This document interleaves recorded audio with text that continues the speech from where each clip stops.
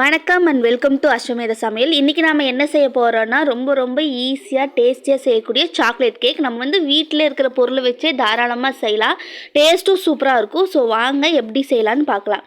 First நாம் 4 முட்டை எடுத்துக்கலாம். 4 முட்டையோட வெள்ளைக்கருவு மட்டும் போட்டு அதோட நாம் சுகர் பவுடர் இருக்குது இல்லைங்களா, சர்க்கரையை நம்ம நல்லா மிக்ஸில் அடித்து அந்த சுகர் பவுடரை வந்து மிக்ஸ் பண்ணி நல்லா பீட் பண்ணலாம். நீங்கள் கிட்ட பீட் இல்லைன்னா நீங்கள் விஸ்கில் கூட பண்ணலாம். பீட் இருக்கிறனால நான் பண்ணுறேன். விஸ்கில் பண்ணிங்கனாலும் நல்லா தான் வரும். ஸோ நல்லா பீட் பண்ணிக்கோங்க. இந்த அளவுக்கு ஸ்ட்ரெச்சர் வரணும். நல்லா வந்து க்ரீமியாக வந்ததுக்கப்புறமா நம்ம வந்து எடுத்து வச்சுருக்க யோக்கையே போட்டுடலாம்.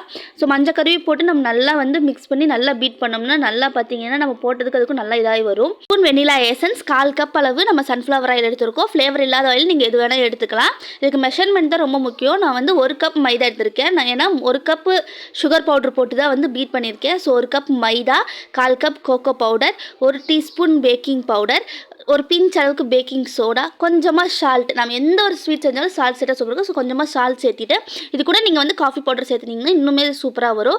நல்லா பீட் பண்ணி எடுத்துருங்க. அதுக்கப்புறமா வந்து இது நல்லா மிக்ஸ் ஆனதுக்கப்புறமா நம்ம அதே அளவு 1/4 கப் அளவுக்கு பால்.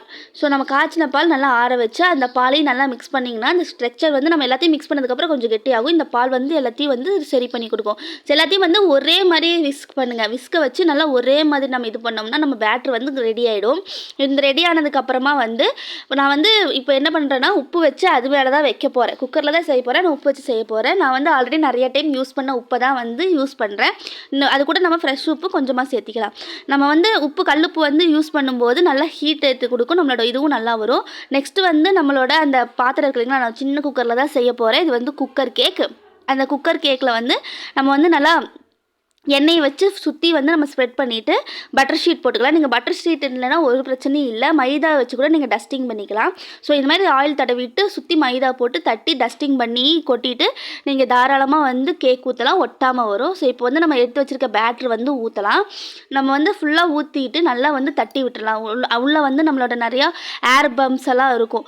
ஸோ அதெல்லாம் வந்து உடஞ்சி நல்லா வரும். ஸோ உள்ளே இருக்கிற அந்த ஏரெல்லாம் வெளியே வர்றதுக்கு நல்லா அடியில் தட்டிட்டு நெக்ஸ்ட்டு நாம் இதை வந்து மூடி வந்து ஸ்லோ ஃப்ளேமில் வச்சு நல்லா ப்ரீ ஹீட் பண்ணதுக்கப்புறமா வந்து இந்த மூடி வச்ச குக்கர் எடுத்து நம்ம அப்படியே வச்சிடலாம். மேலே நம்ம விசில் போட தேவையில்ல.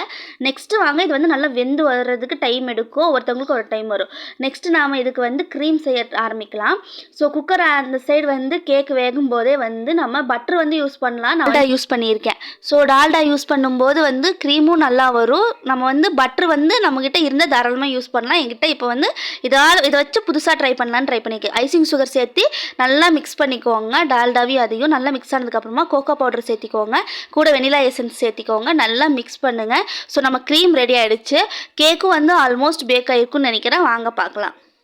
ஸோ பார்த்தீங்கன்னா வந்து எனக்கு வந்து 3/4 மணி நேரம் பக்கம் ஆகியிருக்கு இந்த கேக் வந்து இந்த நிலைமைக்கு வர்றதுக்கு. ஸோ வெந்துருச்சான்னு ஒரு நைஃபோ இல்லை குச்சியோ வச்சு பாருங்கள். இந்த மாதிரி ஒட்டாமல் வரணும்.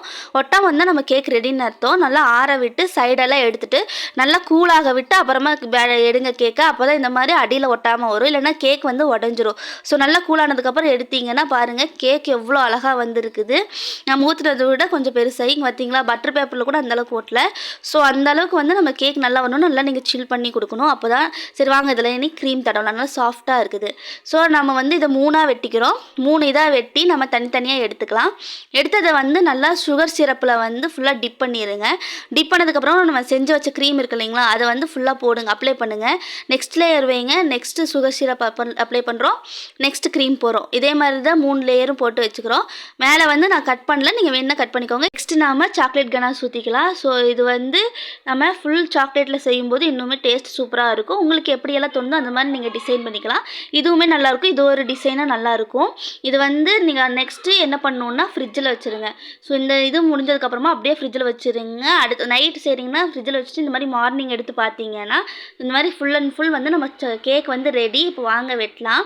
ஸோ இந்த கேக் பார்த்தீங்கன்னா உங்களுக்கே தெரியும் நம்ம அந்த ஊற்றுன கனாஸ் எல்லாம் எப்படி இதாக இருக்குன்னு. ஸோ கேக்கோட லெவலே வந்து வேறு மாதிரி ஆகிடும். நம்ம வீட்டில் தான் செஞ்சோன்னு சொன்னால் வீட்டில் இருக்கவங்களே நம்ப மாட்டாங்க. அந்தளவுக்கு டேஸ்ட்டாக இருக்கும். பாருங்கள், லேயர் டு லேயர் எல்லாமே வந்து நல்லா செட் ஆகிருக்குது. நீங்கள் ஃப்ரிட்ஜில்னாலும் கூட வெளியே வந்து வச்சிங்கன்னா கொஞ்சம் நேரத்தில் செட் ஆகிடும். பாருங்கள், நம்ம சாக்லேட் கேக் இஸ் ரெடி. நீங்கள் வீட்லேயே செஞ்சு பாருங்கள், சூப்பராக இருக்கும்.